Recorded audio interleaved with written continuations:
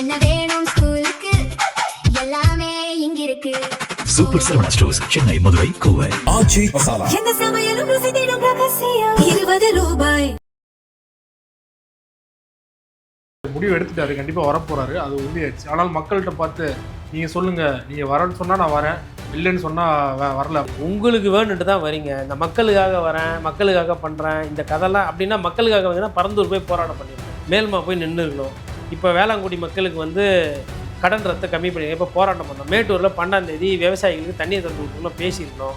எதுவுமே பண்ணுறது கிடையாது. சும்மா வந்துட்டு இன்றைக்கி விஜய் சார் ஜெயிச்சவொடனே நான் வரேன் கௌரவமாக இருக்கும்ல. நான் வரலான்னு இருக்கேன், நான் நல்ல நாள் பார்க்குறேன், நான் கெட்ட நாள் பார்க்குறேன், வீட்டில் சொன்னாங்க, நீங்கள் சொல்லுங்கள், நீங்கள் சொன்னால் நான் வரேன். சரி, எல்லாம் கும்பலாக சேர்ந்து வானான்ட்டாங்க, போயிடுவீங்களா? அதான் ஓணுன்னு சொல்கிறது தான் ஆள் ரெடி பண்ணி வச்சுட்டு தானே இந்த வேலையெல்லாம் பண்ணுறீங்க. அவருக்கு தெரிஞ்சது, ஐயா ஆனந்துக்கு தெரிஞ்சதெல்லாம் விஜய் சார். எனக்கு வந்து முதலமைச்சர், எனக்கு கட்சி தலைவர், எனக்கு கடவுள் எல்லாமே அவர் தான். மேட்டூரில் தண்ணி வந்தானா வராகட்டில இந்த ஒரு படத்தில் ஐயா கவுண்டமணி இளநீர் கொடுப்பாங்க, குடிப்பேன். அண்ணன் இளநீரில் தண்ணி வரலனாடே அவனுக்கு என்னென்னமோ வரல, உனக்கு இளநீரில் தண்ணி வரலையா, அந்த ரேஞ்சு மாதிரி இருக்குது. பிரபு பொய் சொல்ல மாட்டாப்ல, பிரபுக்கு பொய் சொல்ல வேண்டிய அவசியம் இல்லை. போர்டு எடுத்துன்னு வாப்பானா எவ்வளோ போர்டு இருக்க போடு, செஸ் போர்டு, அதில் பார்த்து ஒரு போர்டு எடுத்துகிட்டு வரல. முதல்வர் அவரே வீட்டிலேருந்து எடுத்துகிட்டு வந்தார். எதுக்கு இந்த வேலை? ஒரு அமைச்சர், மாண்புமிகு அமைச்சர், நீங்கள் என்ன பிஆர்ஓவா அவருக்கு? அவர் பெருமையை அவர் தேடிக்க போகிறார். சரி பேசுங்க. எதனா பெருசாக பிரதமர் மோடி கண்ணில் விரல விட்டு ஆயிட்டார். மேகதாது பிரச்சனை நித்தி ஆயோகில் பேசினார், மூஞ்சே இல்லை. அந்த இடத்துல டிகே சிவகுமாருக்கு என்ன பண்ணுறதுன்னு தெரில, மோடிக்கு எப்படி ரியாக்ட் பண்ணுறது தெரில. ஆனந்த் அவர்கள் கூர்மையாக கவனிக்கவும் இந்த ஃப்ரேமை. நம்ம பாரதி ராஜா சார் இருந்தால் இப்படி வச்சு காட்டுவார். சீஃப் மினிஸ்டர் போர்டு ஆதவ் இங்கே, அது ஒரு ஷார்ட் ரேஞ்ச் வைக்கணும், அந்த லைட்டிங்கில் படும்போது ஆதவ் தக அப்படி ஒரு கேரக்டர் அப்படி அது மாதிரி காட்டினீங்கன்னா ஐயா ஆனந்த் ஐயோ நான் பிறந்த நாள் கொண்டாடணும் எங்கள் தலைவருக்குன்ட்டு.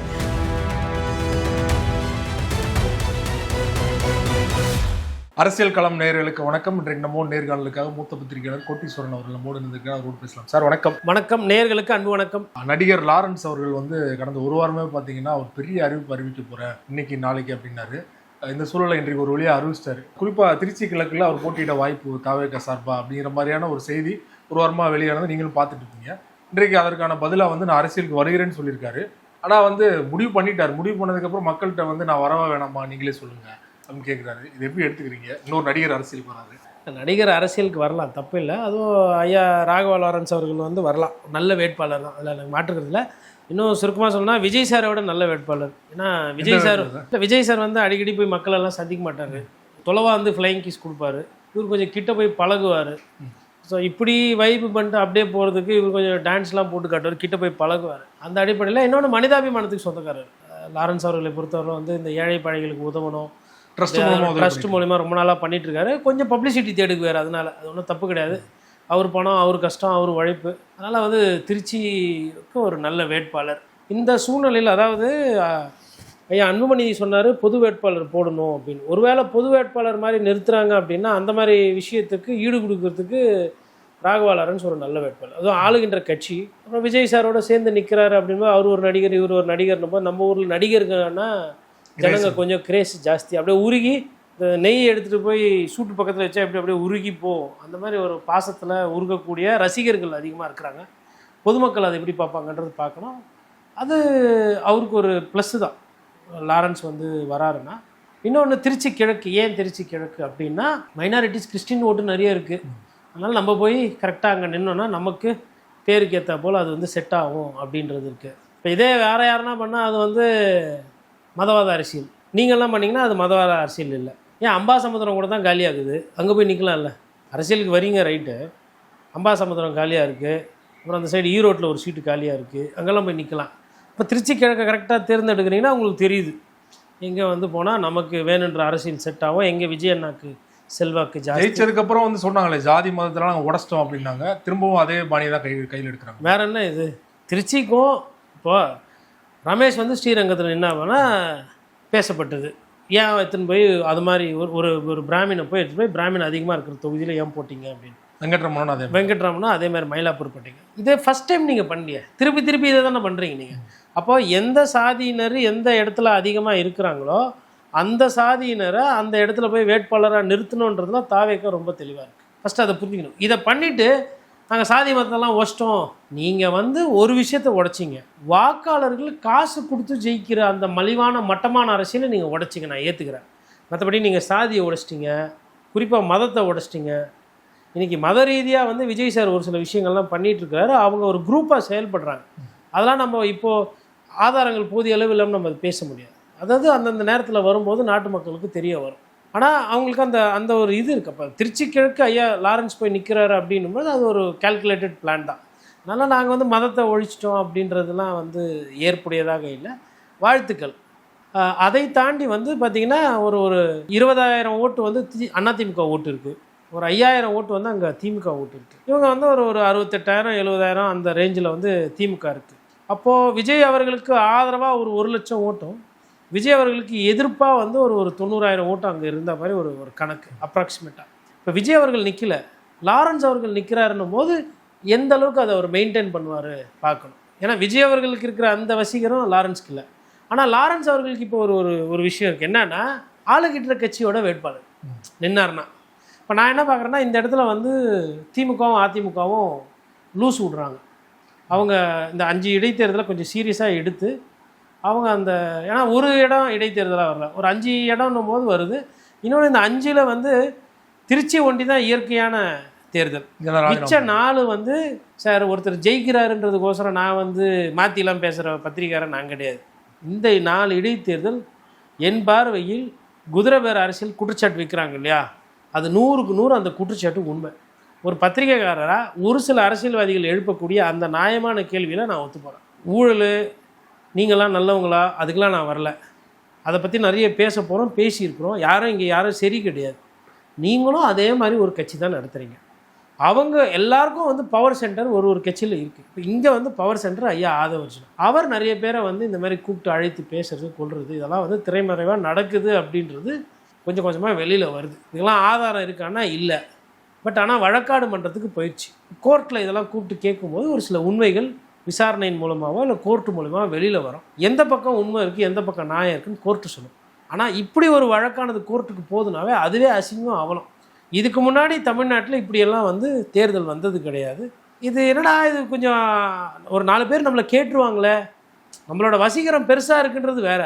ஒரு 4 பேர் நம்மளை இப்படி கேட்டுருவாங்களே, இந்த அரசியல் நம்ம பண்ணலாம் அப்படின்ற அந்த அந்த அந்த வருத்தமோ அந்த குற்ற உணர்ச்சியோ கொஞ்சம் கூட தாவிக்க கிடையாது. இப்போ நீங்கள் பேசும்போது சொன்னீங்க திருச்சி கிழக்கில் வந்து இவங்களுக்கு 90,000 ஓட்டு, விஜய் அவர்களுக்கு 1,00,000 ஓட்டு.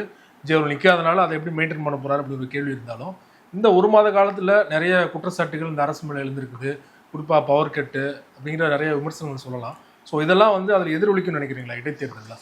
இல்லை, இடைத்தேர்தல் இது பெருசாக எதிரொலிக்காது. காரணம்னா மக்கள் வந்து சினிமா கவர்ச்சியில் அதிகமாக நம்புகிறாங்க. அது வந்து ஒரு படத்தில் ஒருத்தர் நல்லவராக நடிக்கிறாருன்னா அவர் நல்லவராகவே இருப்பார்னு அவங்க நம்புகிறாங்க. படத்துலேயே அவர் நல்லது பண்ணார், நிஜத்தில் நல்லா பண்ண மாட்டார். அவங்களோட எதிர்பார்ப்பு நம்பிக்கை, அந்த எதிர்பார்ப்பு நம்பிக்கையில் போய் நான் போய் எதுவும் சொல்கிறதுக்கு இல்லை. அவங்க அப்படி நம்புகிறாங்க, அதை தான் நான் பிரதிபலிக்க முடியும். பத்திரிகையாளராக எனக்கு ஒரு சில கேள்விகள் இருக்குது, ஒரு சில கருத்துக்கள் இருக்குது. எனக்கு சப்ஜெக்ட் ஒரு சிலது பத்திரிகைக்காரனாக வளர்ந்ததுனால ஒரு சில விஷயம் தெரிய வரும். இப்போ நான் சொல்கிறேன், நான் பேசுகிறது வந்து அவங்களோட பார்வையாக இருக்கும், அவங்களோட புரிதலாக இருக்கும். மக்கள் நினைக்கிறதா நடக்கும், பத்திரிகைக்காரன் பேசுகிறதுலாம் நடக்காது. பத்திரிகைக்காரனோட வேலை, நீங்கள் யாரை தேர்ந்தெடுக்கிறீங்களோ, நீங்கள் தேர்ந்தெடுத்தால் தப்பு பண்ணும்போது அவங்கள உங்களுக்கு அடையாளப்படுத்தி காட்டுறது தான் எங்கள் வேலை. நீங்கள் யாருக்கு ஓட்டு போடணும், நீங்கள் என்ன பண்ண போகிறீங்க அப்படின்னா அது நான் கட்சி நிலைப்பாடு மாதிரி. இப்போ நான் இன்றைக்கி ஒரு நிலைப்பாடு எடுத்துகிட்டு நாளைக்கு அதுக்கப்புறம் நான் 3 மாதம் கழிச்சு மாற்றி பேசி அந்த பொழப்பு வந்து அது நல்லா இருக்காது, அது மாண்பாக இருக்காது. அதனால் நீங்கள் ஜெயிக்க வைங்க. நீங்கள் ஒரு எம்எல்ஏ ஆள் காட்டுவீங்களா, அந்த எம்எல்ஏ என்ன பண்ணுறாரு, அவர் கரெக்டாக வேலை செய்கிறாரா, ஓட்டு போட்ட மக்களுக்கு விசுவாசமாக இருக்காருன்றா அதை பார்க்குறது தான் நம்ம வேலை. ஸோ அதில் நம்ம தெளிவாக இருக்கிறோம். பார்ப்போம் எப்படி போகுதுன்றதை பார்ப்போம். இன்னொன்று, போன தேர்தலோடவே வந்து நான் வந்து இனிமேல் சினிமா கவர்ச்சிகள்லாம் நிறைய பேர் வர்றதுனால அரசியலில் இவர் இவ்வளோ பர்சன்டேஜ் ஓட்டு வாங்குவார், இத்தனை சீட்டு ஜெயிப்பாங்க அப்படின்லாம் நான் பேசிக்கிட்டு இருந்தேன். நான் வந்து எனக்கு நானே அதை என்ன சொல்லிங்கன்னா, அதை கொஞ்ச நாள் மூட்டை கட்டி வச்சுக்கிறது எனக்கு நல்லது. சரி, நிர்வாகம் அரசியல் நமக்கு தெரியும், ஒரு கணக்கெலாம் போடுறோம். கணக்கு தப்பாக போகும்போது சரி மக்கள் இதை இப்படி போட்டிருக்காங்க, என்ன சொல்ல வராங்க அப்படின்ற மாதிரி போயிடுது. நிறைய நேரத்தில் வந்து பார்த்திங்கன்னா, ஒரு சீட்டு கம்பெனி இருக்கும், பக்கத்தில் போஸ்ட் ஆஃபீஸ் இருக்கும். போஸ்ட் ஆஃபீஸில் வந்துட்டு பணத்தை மோசடி பண்ண மாட்டாங்க, எதுவும் பண்ண மாட்டாங்க. பணம் போடுங்க எடுங்க சொல்லுவாங்க. இல்லைப்பா வட்டி கம்மியாகுதுப்பா, அப்படின்ட்டு பக்கத்துலேயே வந்து விளம்பரம்லாம் வச்சு போர்டெல்லாம் அடிச்சு இது இந்த ஃபினான்ஸு, இந்த சீட்டு, இந்த நிறுவனம், அப்புறம் ஒரு நடிகர் நடிகை ஃபோட்டோலாம் வச்சு எங்ககிட்ட வாங்க விளம்பரம்லாம் பண்ணுவாங்க. நிறைய பேர் கொத்தா போய் பார்த்தா அங்கே தான் ஏமாறுவாங்க. போஸ்ட் ஆஃபீஸில் பணம் போட்டு யாருன்னா துண்டு போட்டு போனாங்களா? ஆனால் ஜனங்க எங்கே போய் நிறைய பணம், தனியார் நிதி நிறுவனம், சீட்டு கம்பெனி, இது ஜனங்களோட இயல்பு. நம்ம போயிட்டு இதில் போஸ்ட் ஆஃபீஸ் நல்லது, நிதி நிறுவனம் கெட்டது, அது வேலை நம்மளுது கிடையாது. நீங்கள் பணம் போட்டு மோசடி ஆகிட்டா ஓடிட்டாங்கன்னா அப்போது சொல்கிறது இருக்குங்களா, அதுதான் கரெக்ட். அதனால் யார் எப்படி போடுவாங்கன்றது நம்ம கணிக்க முடியாது, பார்க்கணும்.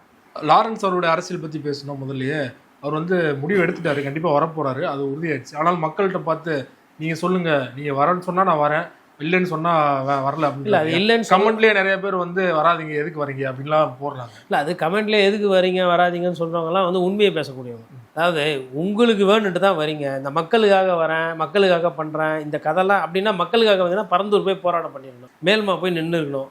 இப்போ வேளாங்குடி மக்களுக்கு வந்து கடன் ரத்தை கம்மி பண்ணி இப்போ போராட்டம் பண்ணோம். மேட்டூரில் 12ஆம் தேதி விவசாயிகளுக்கு தண்ணியை தந்து விட்ருக்கணும் பேசியிருக்கணும். எதுவுமே பண்ணுறது கிடையாது. சும்மா வந்துட்டு இன்றைக்கி விஜய் சார் ஜெயித்தவொடனே நான் வரேன் மக்களுக்காக வரேன்னா வாங்க, இந்த மக்களுக்காக வரேன் அப்படின்றதுலாம் வந்து கொஞ்சம் ரொம்ப கேட்டு கேட்டு புளிச்சு போச்சு. எல்லாரும் என்ன அரசியல் இப்போ ஆதவர்ஜுனா மக்களுக்காக வந்தாரா? மனசாட்சியில் கை வச்சு மக்களுக்காக அப்படின்ற அந்த வார்த்தை உண்மை சத்தியமாக லாட்ரி சீட்டு வியாபாரம் பண்ணுவீங்களா? ஒரு நியாயம் வேணாம். மக்களுக்காக அரசியல் வரேன்னு சொல்லிட்டு சாராய ஆலை நிறைய பேர் வச்சுருக்காங்க. இப்போ திமுகவில் மக்களுக்காக அரசியல் பண்ணுறேன்னு சொல்லிட்டு அதிமுகவில் சாராய ஆலை வச்சுட்டு வருமானம் பத்தலை, அதனால் அமைச்சரவை பதவி கிடைக்குமா, வேறு கட்சிக்கு போகலாமான்னு துடிக்கிறீங்க. அதெல்லாம் மக்களுக்காக நீங்கள் சொல்லுவீங்க, அதெல்லாம் நாங்கள் கேட்கணும். நாங்கன்னா அட்லீஸ்ட் பத்திரிகையாளர்கள் அதெல்லாம் இல்லை, மக்களுக்காக வந்து ஒரு எம்பி சீட் திமுக கொடுத்தாங்கன்னா அங்கே இருந்திருப்பாரு, அவர் எதுக்கு இங்கே வரப்போறாரு, விசிக போகிறாரு, தாவிக்க வரப்போறாரு, அவ்வளோதான். இந்த உண்மை விஜய் சாருக்கு தெரியலையே. அதாவது நீங்கள் யாரை கூட சேர்த்து சுற்றி வைக்கிறீங்கன்றது ரொம்ப முக்கியம் இல்லையா? இங்கே வந்து ஆதாயம் இருக்குங்க, ஆதாயம் இல்லாமலாம் வந்து யாரும் மக்களுக்காக வராங்கன்னு. இன்னொன்று எப்படியா இருந்தாலும் ஒரு டீம் ரெடியாக இருக்குது தாவேக்காக்கு சப்போர்ட் பண்ணுறதுக்கு, ஐடிவிங்கில் போடுறதுக்கு, புஷ் பண்ணுறதுக்கு. இப்போ மேட்ச் ஐடென்டிஃபைடு ராகவா லாரன்ஸ் நம்பால் அப்படின்னும் போது என்ன பண்ண போகிறாங்க, அண்ணா நீங்கள் வரணுண்ணே, நீங்கள் வராமல் போயிடாதீங்கண்ணே அப்படி இப்படின்னு ஒரு 4 பேர் பாராட்டி, அப்புறம் அண்ணன் எனக்கு இதை செஞ்சார், அண்ணா அதை செஞ்சார், அண்ணன் வரணும் அப்படின்னு சொல்லிட்டு இது பில்டப்பு மொமெண்டம் பண்ணுறது, அவ்வளோதான். இதெல்லாம் டிஜிட்டல் மார்க்கெட்டிங்கில் நான்லாம் இதை நிறைய பார்த்து எனக்கெல்லாம் போர் வச்சு போயிட்டு நான் உட்காந்துன்னு கம்யூனிஸ்ட்கார மாதிரி நான் வந்து அவருக்கு மாதிரி நான் பேசிகிட்டு இருக்கேன், அவ்வளோதானே. தவிர்த்து இதெல்லாம் டிஜிட்டல் மார்க்கெட்டிங்கில் நிறைய அரசியல்வாதிகளுக்கு இந்த தொழிலில் நான் பார்த்துருக்குறேன், பத்திரிகை தொழிலில் இது எப்படி பண்ணுவாங்கன்றலாம். ஆனால் இதெல்லாம் ரொம்ப பழைய ஸ்டைலு. நீங்கள் நல்ல மனிதர் தான், நான் சொல்கிறேன். ஐயா ராகவா லாரன்ஸு சட்டமன்ற உறுப்பினர் ஆகிறது நிறைய தகுதி இருக்குது, அதெல்லாம் எனக்கு மாற்று கருத்து கிடையாது. அதனால் இந்த விளம்பரம், இந்த கொஞ்சம் சினிமாத்தனம்லாம் இல்லாமல் அரசியலுக்கு வரேன்னா இன்றைக்கி என்ன பண்ணியிருக்கணும், அவர் பத்திரிகையாளரை கூப்பிட்டு இந்த மாதிரி நான் முடிவு பண்ணியிருக்கிறேன், எனக்கு ஒரு ஆசை இருக்குது, தாவேக்கால விஜய் சார் வந்து கொடுத்தா நான் நிற்பேன், ஆனால் நான் தேர்தலில் நிற்காதது அவர்கிட்ட இருக்குது, முதலமைச்சர்கிட்ட. கௌரவமாக இருக்கும்ல, நான் வரலான்னு இருக்கேன், நான் நல்ல நாள் பார்க்குறேன், நான் கெட்ட நாள் பார்க்குறேன், வீட்டில் சொன்னாங்க, நீங்கள் சொல்லுங்கள், நீங்கள் சொன்னால் நான் வரேன், சரி எல்லாம் கும்பலாக சேர்ந்து வானான்ட்டாங்க, போயிடுவீங்களா? அதான் ஓணுன்னு சொல்கிறது தான் ஆள் ரெடி பண்ணி வச்சுட்டு தானே இந்த வேலையெல்லாம் பண்ணுறீங்க. இன்னொருத்தர் 18 லட்சம் பேர் ஆன்லைனில் சேர்த்துக்கிறாரு, எங்கே 18 லட்சம் பேரை கூட்டு காட்டுங்க, எங்கே ஒரு கூட்டம் போடுங்க, ஒரு 10 லட்சம் பேரை காட்டுற மாதிரி. ஆன்லைனில் கிமிக்ஸ் வேலை இதெல்லாம். நான் என்றைக்குமே சரி, அன்றைக்கும் சரி இன்றைக்கும் சரி, எனக்கு இந்த ஆன்லைனு இதிலெல்லாம் எனக்கு பெரிய நம்பிக்கை கிடையாது. மக்களை வந்து நேராக சந்திக்கணும், மக்களை போய் பார்க்கணும், மக்கள் பிரச்சனை பண்ணணும். மேட்டூரில் இன்றைக்கி தண்ணி திறந்துருக்கணும், உங்களுக்குலாம் இப்படி ஒன்று இருக்குதுன்னு தெரியுமா? ஆன்லைனில் அரசியல் பண்ணுறீங்களா? தெரியுமா இப்படி ஒன்று இருக்குதுன்னு? அது அங்கே தண்ணி திறந்து விட்டால் எத்தனை மாவட்டம் போவோம், ஏ கேனால்னா பி கேனால்னா கல்லணையில் எவ்வளோ வரும், முக்கொம்பில் எவ்வளோ நிற்கும், மேலே கரூர்லேருந்து எப்படி தண்ணி திரும்பும், அது வந்து அந்த சைடு ஈரோடுக்கெலாம் போதா, பவானிக்குள்ளே அது உட்பிரிவு இருக்கா, அதுக்கப்புறம் இங்கே கொலிரானுக்கு எவ்வளோ போகுது, அங்கேருந்து வந்து கொள்ளிடத்துக்கு போனோம், அதுக்கு முன்னாடி வந்து நமக்கு வந்து அது பேர் என்னது, நமக்கு தண்ணி தமிழ்நாட்டுக்கு சென்னைக்கு வருது, வீராணம் டேங்க்கு போனோம், அதான் உத்திரமாரி ஏரி போய் அங்கேருந்து வீராணம் போனோம், அப்போ கடலூர் நாகப்பட்டினம் ரூட்டு இவ்வளோ இருக்குது. நீங்கள் பாட்டு கம்முன்னு உட்காந்து நான் வரவா வானு வீட்டில் உட்காந்து வீடியோ போட்டுட்ருக்கீங்க. சார் அரசியல்ன்றது வீட்டில் உட்காந்து வீடியோ போடுறது. இப்போ நான் பேசுகிறது அரசியல் பேசுகிறேன், அரசியல் பண்ணலை. அரசியல் பேசுகிறதோடு நிறுத்தக்கூடாது, அரசியல் பண்ணணும். அப்போது ஒரு சில போராட்ட காலத்தில் போகணும், மக்களாக நிற்கணும். அவங்களுக்கு வந்து சம்டைம்ஸ் போராட்டம் பண்ணி வாங்கி தரணும், சம்டைம்ஸ் உரிமையை கேட்டு கோர்ட்டு வழக்காடு மன்றம் போகிறது, இல்லை அவங்க கூட நிற்க. உதாரணத்துக்கு இப்போ செவிலியர்கள் திருப்பி போராட்டம், மருத்துவர்கள் திருப்பி போராட்டம். இப்போ நேற்று ஒரு நாள் போராட்டம் பண்ணி ரிப்பன் பில்டிங்கில் எல்லாம் உட்காந்தாங்க. நேற்று பூரா சென்னை கார்பரேஷன் கண்ட்ரோலில் இருந்த அர்பன் பிரைமரி ஹெல்த் சென்டர்ஸில் யாருமே வந்து போதிய அளவுக்கு வைத்தியம் பார்க்குறதுக்கு ஆள் இல்லை. எல்லாரும் இங்கே போராட்டம்.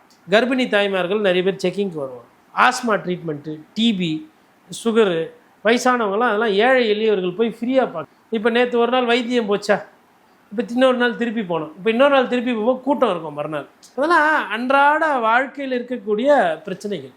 இது சிறிய பிரச்சனையா பெரிய பிரச்சனையா அது மக்களுக்கு அவங்கவுங்களுக்கு வரும்போது தான் அந்த பாதிப்பு தெரியும். இதெல்லாம் என்னன்னே தெரியாமல் நான் வரவா வானாவா நீங்கள் சொல்லுங்க, வாங்க அரசியலில் ஜனநாயகத்தில் வாங்க. ஏன் அதையும் நான் சொல்கிறேன்னா, நீங்களாம் வந்தீங்கன்னா தான் அந்த பணத்தெல்லாம் கொஞ்சம் செலவு பண்ணுவீங்க மக்களுக்கு. சினிமாவில் நிறைய சம்பாதிச்சிருக்கீங்க, மக்களோட பணம் தான் உங்ககிட்ட வந்துருக்கு. இந்த மக்கள் பணம் திரும்பி கொஞ்சம் மக்களுக்கே வரட்டும், அதுக்கு தான் சொல்கிறேன். இன்னொன்று, விஜய் அவர்கள் வெற்றி பெற்றது அந்த 2000 3000 காசு குத்து ஓட்டு போகிறது, அதை வந்து முறிச்சிருக்காரு. உள்ளபடி உண்மையிலே பாராட்டணும். அவர் பாராட்டுதை விட மக்கள் முறியடிச்சிருக்கிறாங்க. அப்படி பாராட்டலாம் ஒரு பாதியை. இன்னொரு பாதியை 2000 வாங்கி 3000 வாங்கிக்கணும், வாங்கின காசுக்கு உண்மையாக இல்லாமல் மாற்றி குத்திக்கிறீங்க.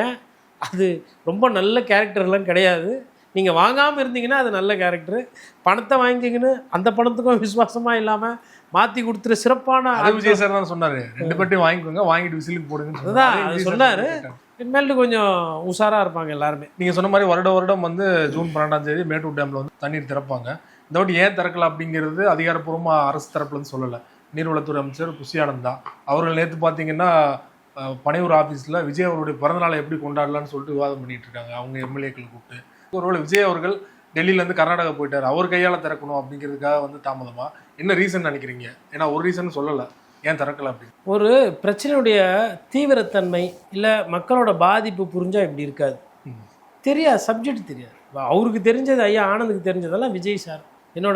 எனக்கு வந்து முதலமைச்சர், எனக்கு கட்சி தலைவர், எனக்கு கடவுள் எல்லாமே அவர் தான். மேட்டூரில் தண்ணி வந்தானா வரகட்டினா, இந்த ஒரு படத்தில் ஐயா கவுண்டமணி இளநீர் கொடுப்பாங்க, குடிப்பா அண்ணன் இளநீரில் தண்ணி வரலனாடே அவனுக்கு என்னென்னமோ வரல, உனக்கு இளநீரில் தண்ணி வரலையா, அந்த ரேஞ்சு மாதிரி இருக்குது. இப்போ மேட்டூரில் தண்ணி வரலன்னா அது தமிழ்நாடோட பெரிய பிரச்சனை. இவங்க அந்த இளநீர் மாதிரி இருக்கிறாங்க, இளநீர் உள்ளே எட்டி பார்த்துட்டு இருக்கிற மாதிரி அரசியல் பண்ணுறாங்க. இப்போ அவங்களுக்கு தெரியாத விஷயம் நிறைய இருக்குது. இது தமிழ்நாட்டினுடைய உயிர்நாடி பிரச்சனை, முக்கிய பிரச்சனை. அப்போது 8 மாவட்டத்துக்கு விவசாயத்துக்கு அங்கே தண்ணி வரப்போகுது. அதை தாண்டி பல கோடி மக்களோட உணவு பாதுகாப்பு அது உறுதி செய்கிற ஒரு விஷயம். அது வந்து 12ஆம் தேதி ஒன்று திறக்க மாட்டேன் ஃபஸ்ட்டு. 2வது திறக்கலைன்னா எப்போ திறப்பீங்க? சரி, தண்ணி விடலைன்னா அப்போது கடைமடையில் இருக்கிறவங்க மற்றவங்க இருக்கிறவங்க விவசாயத்துக்கு என்ன மாற்று திட்டம்? அவங்க வந்து வானம் பார்த்த பூமியை வச்சு விவசாயம் பண்ணுறதா, இல்லை ஆற்று பாசனத்தை நம்புறதா, இல்லை அவங்க போரில் போட்டு எதனா பண்ணுறதா, இல்லை அவங்களுக்கு எதனா இழப்பீட்டு தொகை எதனா பிளான் பண்ண போகிறீங்களா? ஒரு திட்டமிடுதல் என்ன? எதுவுமே தெரியாமல் கம்மான அமைதியாக இருக்கிறீங்க. இப்போ டெட்லைனு மீட் பண்ணுற அந்த விஷயம் இல்லை. இப்போ உங்களுக்கு பிறந்தநாள் கொண்டாடணும், தப்பில்லை, பிறந்தநாள் கொண்டாடுங்க. முதலமைச்சருக்கு பிறந்தநாள் கொண்டாடி தான் ஆகணும், ஏன்னா கட்சி அதுக்கு தானே நடத்துகிறோம், நம்ம ஒன்றும் தப்பு கிடையாது. பட் கூட கொஞ்சம் விவசாயி பிரச்சனையும் பாருங்கள். விவசாயிக்கு தொடர்ந்து இந்த அரசு வஞ்சித்திட்டு இருக்குது.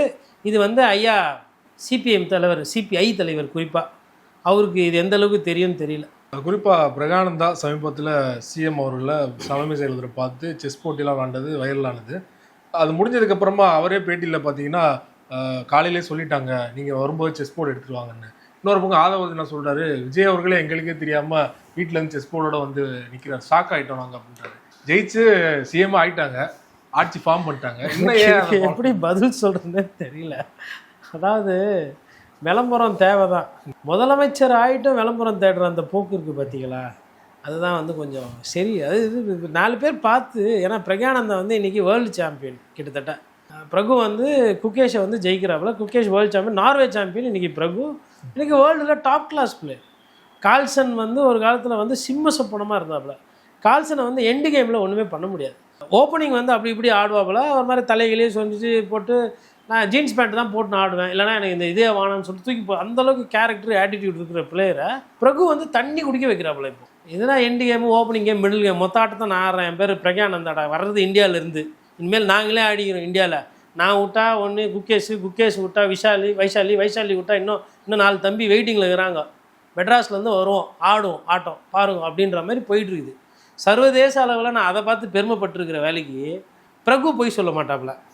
பிரகுக்கு போய் சொல்ல வேண்டிய அவசியம் இல்லை. போர்டு எடுத்துன்னு வைப்பானா, எவ்வளோ போர்டு இருக்க போடு, செஸ் போர்டு, அதில் பார்த்து ஒரு போர்டு எடுத்துகிட்டு வரல. முதல்வர் அவரே வீட்டிலேருந்து எடுத்துகிட்டு வந்தார். எதுக்கு இந்த வேலை? ஒரு அமைச்சர், மாண்புமிகு அமைச்சர், நீங்கள் என்ன பிஆர்ஓவா அவருக்கு?